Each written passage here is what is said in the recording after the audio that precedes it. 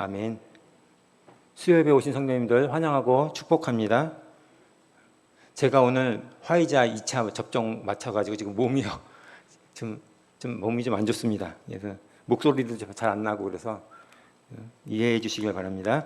오늘은 새 노래로 찬송하라라는 제목으로 말씀을 전하겠습니다. 찬송, 찬양이란 무엇인가요? 그것은 이렇게 정의하고 있습니다. 하나님을 높이고 공경하는 마음과 자세로 하나님을 위대하게 하기 위해 연주하고 노래하고 경배하며 감사하는 행위라고 정의를 합니다. 우리가 찬양한다는 것은 음악을 사용해서 하나님의 이름과 그의 높으심을, 그의 위대하심을 크게 외치는 것입니다. 찬양이란 우리 온 마음의 기쁨과 즐거움으로 하는 것입니다. 찬양할 때 그 찬양이 우리에게 기쁨을 줄 뿐 아니라 우리의 기쁨과 즐거움으로 하는 것입니다. 찬양할 때 그 찬양이 우리에게 기쁨을 주기도 하지만 동시에 찬양하는 자가 기쁨을 가지고 찬양해야 합니다. 찬양은 성도에 마땅히 드릴 바입니다. 왜냐하면 구원받은 성도이기 때문입니다. 찬양이란 말은 구약 성경에 300회, 신약 성경에 48회나 등장하는 매우 중요한 성도의 삶입니다. 그래서 저는 결혼 전부터 자녀의 이름을 딸을 주시면 찬미라고 짓고 아들을 주시면 찬양이라고 지으려고 미리 정해놓았습니다. 그런데 아쉽게도 딸은 주시지 않고 아들만 주셔서 아들의 이름을 찬양이라고 지었습니다. 아들의 이름을 찬양이라고 짓자 하나님을 믿지 않는 사람들도 찬양이라고 부르니 꼭 하나님을 찬양하는 것 같았습니다. 인생의 목적은 하나님을 즐거워하고 영화롭게 하는 데 있습니다. 다시 말하면 우리가 존재하는 궁극적인 이유는 삶을 통해 나타나는 하나님에 대한 감사와 찬양입니다. 여기서 감사와 찬양이란 말은 노래로만 칭하는 것이 아니라 전 인격적인 응답을 말합니다. 감사와 찬양은 성경에 자주 등장하는 단어입니다. 감사는 반드시 찬양을 동반하고 있습니다. 찬양이 없는 감사는 없습니다. 감사하는 자는 반드시 찬양해야 합니다. 아니, 찬양합니다. 사무엘하 20장 50절에 보면 이러므로 여호와여 내가 모든 민족 중에서 주께 감사하며 주의 이름을 찬양하리이다라고 말씀하고 있습니다. 성경 곳곳에 보면 감사하는 사람은 찬양하는 사람입니다. 찬양이나 찬송에는 불평이나 원망이 있을 수 없습니다. 찬양과 찬송은 감사가 넘치게 되어 있습니다. 죄로 인해 영원히 멸망당할 운명에 처해 있던 우리를 위하여 하나님의 아들이신 예수 그리스도를 이 땅에 보내셔서 십자가에 못 박혀 죽이시고 피 흘려 죽으심으로 우리의 죄와 사망에 우리들을 죄와 사망에서 구속하신 하나님을 찬양해야 합니다. 그의 자녀를 삼아 주시고 질병과 가난과 저주를 청산해 주시며 지금도 살아계셔서 견디기 힘든 환난 순간에도 이 코로나 팬데믹 상황 속에서도 우리를 잊지 않으시고 사랑해 주시며 우리의 구원이 되신 하나님을 찬양해야 합니다. 본문 10절을 다 같이 다시 한 번 더 합독하겠습니다. 시작. 항해하는 자들과 바다 가운데 만물과 섬들과 거기에 사는 사람들아 여호와께 새 노래로 노래하며 땅끝에서부터 찬송하라. 새 노래는 하나님께서 주시는 노래, 비전을 향한 노래, 꿈을 향한 노래입니다. 새 노래라는 독특한 개념의 이 색다른 단어는 시편과 요한계시록에 특히 많이 사용되고 기록되어져 있습니다. 시편 40편 3절에 새 노래 곧 우리 하나님께 올릴 찬송을 내 입에 두셨으니 많은 사람이 보고 두려워하여 여호와를 의지하리로다 라고 말씀합니다. 여기서 성도의 노래를 새 노래라고 합니다. 새 노래는 하나님께 올릴 찬송입니다. 우리가 부르는 노래는 세월 따라 흘러가는 유행가가 아닙니다. 우리의 노래는 영원한 노래요, 거룩한 노래요, 구원의 노래요, 믿음의 노래인 것입니다. 세상의 노래와는 비교가 되지 않습니다. 범죄한 사람들이 하나님께서 사람에게 선물로 주신 음악을 오염시키고 타락시켰을지라도 우리 거듭난 새 사람은 하나님을 새 노래로 찬양할 수 있고 또 찬양해야 합니다. 하나님께서는 화려한 재능을 보시지 않습니다. 하나님께서는 높은 수준의 하모니를 원하시는 것도 아니십니다. 하나님을 사랑하는 마음으로, 창조주 하나님께 감사하는 마음으로 심령 깊은 곳에서 우러나오는 찬송을 원하십니다. 그래서 저는 찬양대를 지도하면서 또 학생들을 가르치면서 마음의 중심으로부터 찬양하라고 그들에게 꾸준히 주문하고 강조하고 있습니다. 중심으로 또한 영으로 찬양하는 날에는 여러 성도님들이 은혜를 받았다고 말씀을 해주십니다. 마음의 중심으로부터 찬양을 해야 합니다.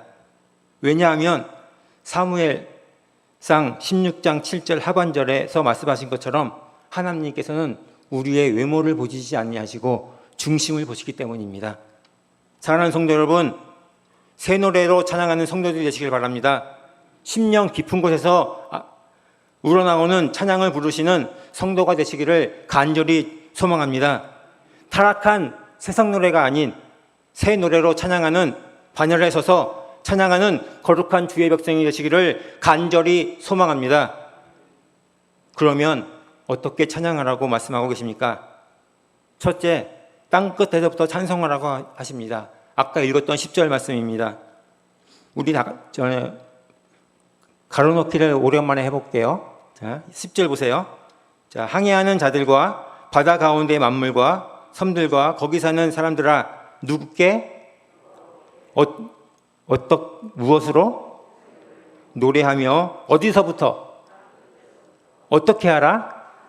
네, 찬송을 하십니다. 여기서 땅끝이라는 표현은 유대로부터 멀리 떨어져 있는 여러 이방 지역을 염두에 둔 표현입니다. 즉 여기서 땅끝은 여호와 하나님을 전혀 알지 못하는 것으로 간주되는 민족들이 살고 있는 곳이며 이스라엘에서 멀리 떨어진 지역으로 볼 수 있는 것입니다. 거기에서 여호와를 찬송하라는 것은 과거에 하나님의 구원 역사로부터 유리되어 있던 자들도 여호와 하나님의 놀라운 구원 사역을 경험하게 될 것을 나타냅니다.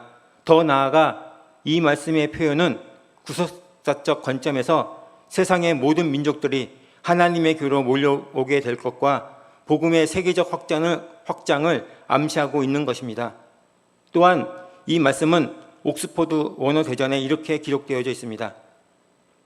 하나님은 자신을 전혀 모르는 사람에게 자신을 알려 그들의 입을 통해 자신을 찬양하게 하시며 그의 구원의 사역을 온 세상 만민에게 증거하사 구원의 길로 인도하시는 분이십니다. 라고 기록되어져 있습니다. 마태복음 24장 14절에 보면 이 천국 복음이 모든 민족에게 증언되기 위하여 온 세상에 전파되리니 그제야 끝이 오리라 라고 말씀하고 계십니다. 모든 민족에게 복음이 전해져야 하는 이유는 모든 민족이 하나님께서 지으신 하나님의 소유이기 때문입니다. 모든 민족은 하나님이 아끼시는 소중한 소유입니다. 이것이 모든 민족에게 복음이 전파되어야 할 이유인 것입니다. 복음의 세계화는 이 세상의 마지막임을 알리는 분명한 사인입니다. 이미 수많은 선교사들을 통해서 세계 구석구석 방방곡곡에 복음이 퍼져나가고 있습니다. 우리나라에서도 1980년대에 여의도 광장에서 세계 복음화 대성회를 개최한 일이 있지 않습니까? 천국 복음은 모든 민족에게 증거되고야 맙니다. 모든 민족에게 증거된다는 것은 혈통과 민족을 초월한 복음 전파를 가리킵니다. 모든 민족에게 복음이 전파된 후에 모든 민족들이 새 노래로 하나님을 찬송하게 해야 합니다. 그래서 저는 그날에 지휘봉을 두고 앞장서서 찬양 인도를 해달라고 기도하고 있습니다. 어느 누구도 아직 이런 말을 한 사람이 없을 거예요. 제가 찾아보니까 저만 하는 얘기입니다. 제가 주님 오시는 그날에 지휘봉을 들고 앞장서서 찬양을 인도하게 해달라고 기도하고 있습니다. 그날에 여기 모인 성도들, 그리고 온라인으로 예배하는 성도들 모두 함께 하시기를 간절히 소망합니다. 그날에 여기 모인 성도들, 그리고 온라인으로 예배하는 성도들이 함께 찬송하기를 간절히 소망합니다. 온 세상에 존재하는 모든 만물들은 다 하나님께로부터 생명을 받고 그의 보호하심으로 살아가므로 다 하나님께 찬송을 드려야 합니다.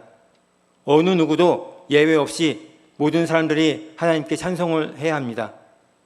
우리들의 목소리가 좋건 나쁜 건 간에, 또한 음악에 대한 관심이 있건 없던 간에 모두 하나님의 은혜로 생명을 부여받고 살아가는 피조물인 이상 빠짐없이 다 하나님을 찬송해야 합니다. 그날에는 찬송의 옷을 입혀주시니 아무 두려움 없이, 또한 아무 걱정 없이 찬송할 수 있습니다. 시편 67편 3절에 하나님이여 민족들이 주를 찬송하게 하시며 모든 민족들이 주를 찬송하게 하소서라고 말씀하십니다.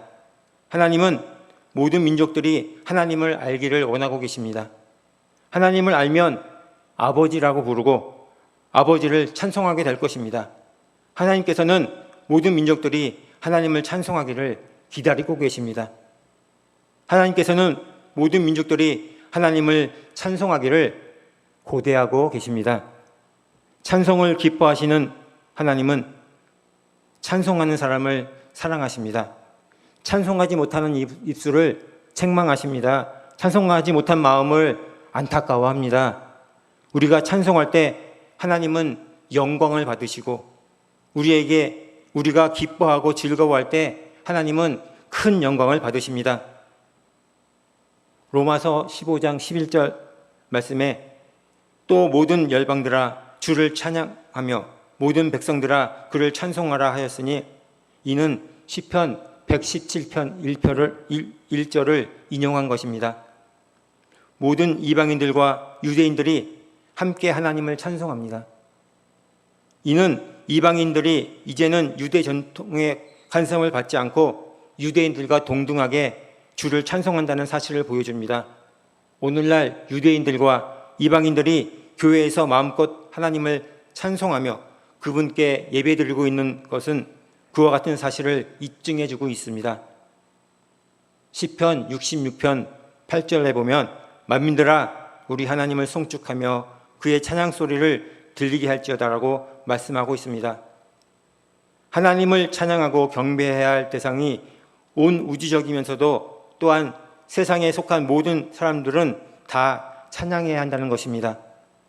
이것은 구속받은 성도들뿐만 아니라 모든 인류와 자연을 포함하고 있습니다. 특히 시편 66편 3절에 주의 권능으로 인하여 주의 원수가 복종할 것이며 온 땅이 주께 경배하고 주를 찬양해야 한다고 말씀하고 있습니다. 이것은 하나님께서 온 세상의 주이시기 때문에 합당한 영광을 돌려드려야 하고 복종해야 한다는 것입니다. 사랑하는 성도 여러분, 모든 민족이 새노래로 하나님께 찬송을 드릴 수 있도록 남은 시간 땅끝까지 이르러 복음의 증거자로 쓰임받으시기를 간절히 소망합니다. 두 번째로는 산꼭대기에서 즐거이 부르라 하십니다. 본문 말씀 11절 말씀입니다. 다 같이 큰 소리로 합독하겠습니다. 시작. 광야와 거기에 있는 성읍들과 게달 사람이 사는 마을들은 소리를 높이라. 셀라의 주민들은 노래하며 산꼭대기에서 즐거이 부르라. 아멘. 옥스포드 원어 사전에 의하면 여호와를 큰 목소리로 찬양하되 여러 산들의 꼭대기에서부터 찬양하라는 것은 그 찬양이 만방에 나가도록 하라는 촉구입니다. 독촉입니다. 여호와를 찬양하되 모든 사람이 듣도록 함으로써 하나님의 이름이 만방에 드러나게 해야 하는 것은 과거는 물론 오늘날을 살고 있는 우리 성도들도 힘써야 하는 일이라고 해석하고 있습니다. 이것은 본문 10절 말씀인 땅끝에서부터 찬송하는 것과 의미가 같다고 생각합니다. 이런 복음성가가 생각납니다. 악보 한번, 첫 번째 악보 좀 띄워주실래요? 작은 불꽃 하나가 나라는 복음성가 중에 후렴 부분입니다. 산 위에 올라가서 세상에 외치리 내게 임한 주의 사랑 전하기 원하네. 예전에 많이 불렀던 거 생각나시나요? 한번 해볼까요? 자, 시작. 산 위에 올라가서 세상에 외치리 내게 임한 주의 사랑 전하기 원하네.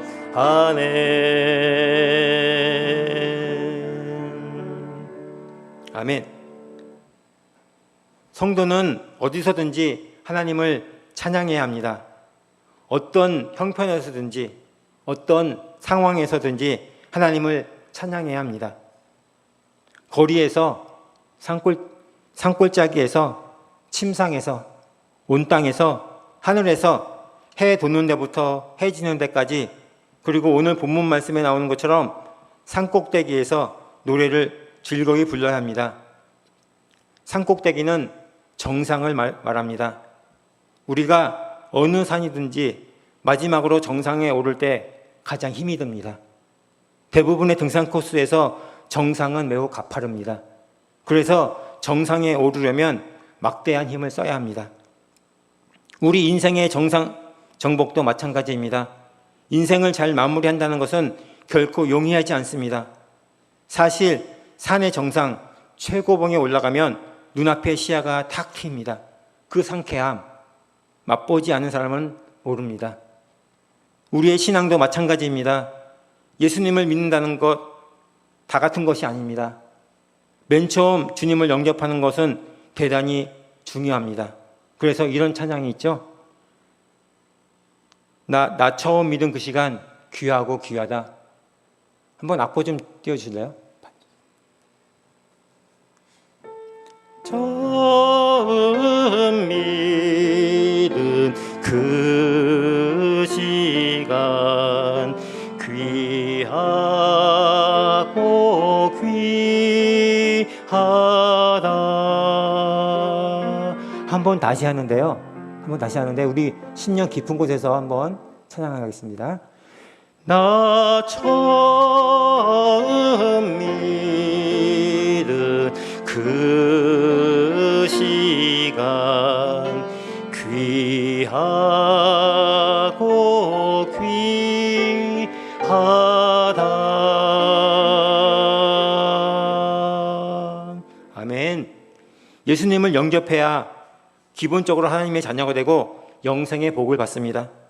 그리고 그 다음에는 신앙이 계속 성장해야 합니다. 보다 더 풍성한 복을 경험하기 위해서, 그리고 천국의 영광과 상급을 위해서 신앙이 계속적으로 성장해야 합니다. 그렇기 때문에 하나님은 우리에게 가장 높은 신앙의 최고봉에 오를 것을 기대하십니다. 때로는 하나님께서 우리를 신앙의 최고봉으로 끌어올리려고 역사하십니다. 성도는 최고를 향해 나아가야 하고 최고에 이르렀을 때 변함없이 하나님을 찬송해야 합니다. 그런데 말입니다. 적지 않은 성도들이 최고에 이르렀을 때 하나님을 배반하는 경우가 있습니다.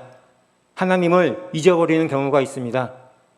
대부분 잘 먹고 잘 살게 되면 교만해지기 쉽고 방탕하기 쉬우며 하나님을 잊어버리고 타락하기 쉽습니다. 그러기에 사실 환경이 더 좋아질수록 하나님께 더 민감해져야 합니다. 예수를 믿는 사람들 가운데서도 너무 잘 살고 세상에서 출세하다가 타락한 사람들을 많이 봅니다. 이렇게 된 이유는 한마디로 하나님을 잊어버렸기 때문입니다. 나를 구원하신 예수 그리스도의 십자가의 은혜를 잃어버렸기 때문입니다. 세상이 재미있을수록, 세상의 일이 잘 될수록, 잘 먹고 잘 살수록 하나님을 잊어버리기 쉽습니다. 그러므로 남들이 우리를 보고 박수칠 때, 소위 말하는 잘 나갈 때에 더더욱 신앙의 길에서 이탈하지 않도록 조심해야 합니다. 믿음의 최고의 믿음은 잘 나갈 때도 하나님을 믿고 따르는 사람입니다. 어려울 때 기도하는 것은 당연합니다. 평안할 때 기도하기가 더 어렵습니다. 그러나 보통 사람들은 어려워야, 힘들어야 기도합니다. 힘들 때는 오히려 신앙의 위기가 아닙니다. 일상이 내 손에서 그런 대로 꾸려질만 할 때, 그때가 더 신앙의 위기인 것입니다. 평안하고 일이 잘 될 때도 우리는 하나님께 더욱 가까이 나아가 과분하게 많은 것을 채워주시고 부어주신 하나님께 감사하며 찬송해야 합니다. 그렇게 삶의 위기를 만났을 때나, 또한 풍요로운 삶을 만나 주위가 다 평안할 때나 항상 하나님을 찬송하는 성도가 되어야 합니다. 복받는 사람은 잘 나갈 때도 변함없이 감사 찬송을 합니다. 그런 마음에 하나님이 감동하지 않을 수 없습니다. 살면서 가장 큰 힘이 되는 것은 누군가 감사 표현을 할 때입니다. 모든 사람이 그렇습니다. 하나님도 감사 찬양할 때 가장 큰 영광을 받으십니다. 말씀대로 살면 형통한다. 이것은 하나의 법칙입니다. 성경의 모든 인물들의 이야기가 증거합니다. 우리 주변에 있는 인물들 가운데서도 확인 가능한 법칙입니다. 그 중에 아브라함의 예를 들겠습니다. 아브라함이 처음 부름을 받았을 때는 신앙이 있었지만, 그리고 마음으로는 말씀대로 살고 싶었지만 그게 마음대로 잘 안 되었습니다. 그래서 그는 자주 시행착오를 합니다. 그러나 나중에는 정말 말씀대로만 사는 온전한 신앙의 소유자가 됩니다.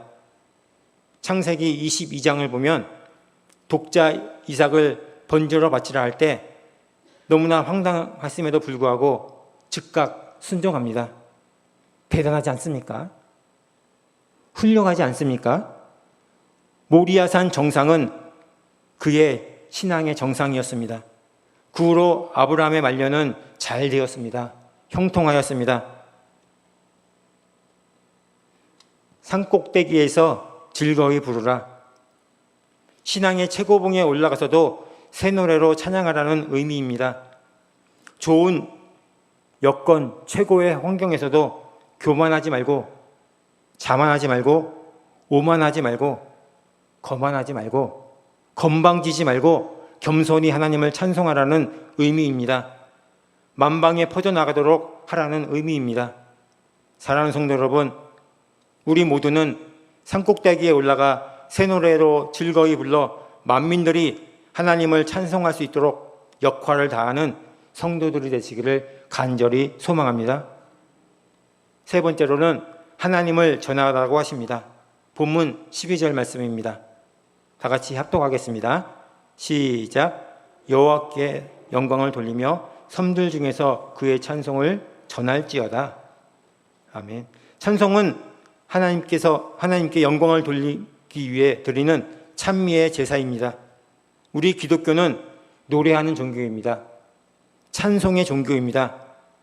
찬송은 곡조가 있는 기도이며 영혼의 울림이며 하늘나라의 언어입니다. 또한 찬송은 우리가 아무리 어려운 환경 속에 있다 하더라도 환경을 향하여가 아니라 환경을 지배하시는 하나님을 찬송하는 것입니다. 그러나 사탄은 우리의 찬송을 싫어합니다. 꺼려합니다. 미워합니다. 왜냐하면 하나님께서 찬송하는 백성들의 찬송 중에 거하시기 때문입니다. 그래서 우리는 언제나 할렐루야를 불러야 합니다. 할렐루야 사람이 되어야 합니다. 성경은 찬송으로 가득 찬 책입니다. 예수님은 이 세상에서 마지막 사역인 성만찬을 거행하시고 십자가를 지시기 전에 찬미하며 감람산으로 기도하러 올라가셨다고 하였습니다. 바울과 실라는 감옥에서도 하나님을 찬송했습니다. 성경의 맨 마지막 책인 요한계시록을 보면 천군과 천사의 찬송으로 끝을 맺고 있습니다. 구원받고 선택받은 성도들의 찬송으로 가득 찬 곳이 바로 하늘나라입니다. 히브리서 13장 15절에 그러므로 우리는 예수로 말미암아 항상 찬송의 제사를 하나님께 드리자 이는 그 이름을 증언하는 입술의 열매니라 라고 말씀하고 있습니다. 우리 그리스도인의 입은 예수 그리스도 안에서 받은 은혜로 인하여 항상 하나님께 감사 찬송으로 제사를 드려야 합니다. 찬송 받으실 분은 오직 여호와 하나님이십니다. 사람은 찬송을 받는 존재가 아닙니다. 사람은 찬송을 하는 존재입니다. 사람은 예배를 받는 존재가 아니라 예배를 하는 존재입니다. 사람의 가장 위대한 행위는 예배입니다. 사람이 예배를 드릴 때 비로소 가장 위대해집니다. 예배를 받으시는 분은 오직 하나님 한 분이십니다. 이사야 42장 8절에 8절 한번 꼭 띄워주세요. 우리 다 같이 한번 소리내서 한번 읽어보겠습니다. 시작. 나는 여호와이니 이는 내 이름이라. 나는 내 영광을 다른 자에게 내 찬송을 우상에게 주지 아니하리라. 아멘. 하나님께서는 나는 여호와니 내 이름은 이는 내 이름이라고 하셨습니다. 하나님에게도 이름이 있었습니다. 그 이름이 바로 여호와입니다. 그분이 바로 예수 그리스도이십니다. 시편 100편 4절 두 번째 거 성경 말씀 올려주세요. 네, 다 같이 한번 소리내서 읽겠습니다. 시작. 감사함으로 그의 문에 들어가며 찬송함으로 그의 궁정에 들어가서 그에게 감사하며 그의 이름을 송축할지어다. 아멘. 궁정은 하나님의 보좌가 있는 곳입니다. 우리가 하나님의 보좌 앞으로 하나님의 지성소로 나아갈 수 있는 지름길이 있다면 그것은 바로 하나님을 찬송하는 것입니다. 우리는 그 찬송을 통해서 그 궁정에 들어갈 수 있습니다. 찬송할 때 하나님께서 임재하십니다. 그러므로 찬송을 많이 들으시기를 바랍니다. 그러므로 찬송을 많이 들으시기를 간절히 원합니다. 찬송을 들으며 하나님의 보좌를 향하여 나아가시기를 바랍니다. 찬송은 사람의 귀를 즐겁게 하기 위해서 하는 것이 아닙니다. 사람을 의식하지 말고 오직 하나님의 보좌만을 바라보며 찬송해야 합니다. 찬송은 우리의 영혼을 솟아있게 할 뿐 아니라 우리를 하나님의 지성소로 들어가게 만듭니다. 찬송할 때 하나님이 임재하십니다. 찬송할 때 하나님께서 그곳에 우리의 보좌를 펴십니다. 시편 33편 1절에 너희 의인들아 여호와를 즐거워하라. 찬송은 정직한 자의 마땅히 할 바로다 라고 말씀하십니다. 의인이란 우리 믿는 사람을 가리킵니다. 그리고 이어서 정직하다는 단어가 나옵니다. 의인과 비슷한 말로 믿는 사람을 강조하고 있습니다. 그래서 정직한 자, 즉 믿는 사람들은 당연히 여호와 하나님께 찬송을 할 바라는 것입니다. 그러므로 성도들은 봉사도 해야 되고 선교도 해야 되고 성경 공부도 해야 되고 여러 가지 할 일을 해야 하지만 찬송은 당연히 할 바라는 것입니다. 우리에게서 찬송이 빠지면 안 되는 것입니다. 그런데 여기서 명심할 것이 있습니다. 그것은 찬송하기 전에 하나님을 즐거워하라고 말씀합니다. 하나님을 즐거워하지 않으면 찬송이 되지 않기 때문입니다. 찬송은 우리에게 얼마나 중요한지 모릅니다. 하나님의 은혜에 대한 우리의 반응은 찬송하는 일입니다. 찬송을 통해서 우리가 받은 하나님의 은혜와 자비를 표현합니다. 찬송은 영혼의 노래입니다. 신령한 노래입니다. 그러므로 우리가 찬송을 하면 하나님이 영광을 받으시고 그 찬송 때문에 많은 변화가 일어납니다. 찬송을 통해서 주께서 돌아온 영혼들이 많습니다. 찬송을 통해서 은혜를 받는 사람들이 많습니다. 찬양을 통해 주께 돌아오고 은혜를 받는 것, 우리들이 증인이 아닙니까? 하나님을 찬송하는 일에 최선을 다하시기를 간절히 소망합니다. 본문 12절에 여호와께 영광을 돌리며 섬들 중에서 그의 찬송을 전할지어다라고 말씀하십니다. 여호와를 찬양하는 찬송이 세상의 가장 먼 민족들 가운데서도 울려 퍼지게 하라는 촉구입니다. 여기서 섬들 중이란 온 세상을 대표할 뿐 아니라 가장 먼 민족까지 염두를 한 표현입니다.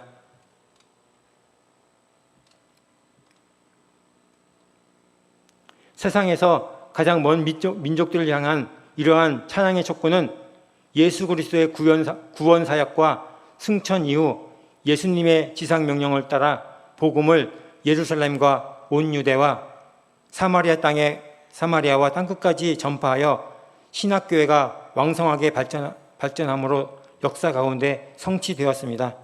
그러나 완전한 성취는 예수 그리스도의 재림 이후 만백성이 여호와를 찬양함으로 이루어지게 됩니다.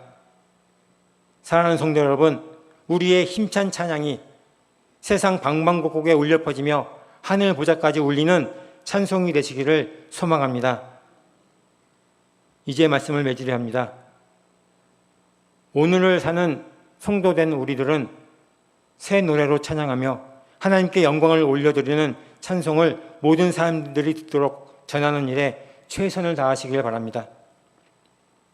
성도 여러분, 이처럼 새롭고 놀라운 일, 이처럼 감격적인 일을 행하셨기에 하나님의 거룩하신 이름과 주님의 행사는 찬양받으시기에 너무나 합당합니다.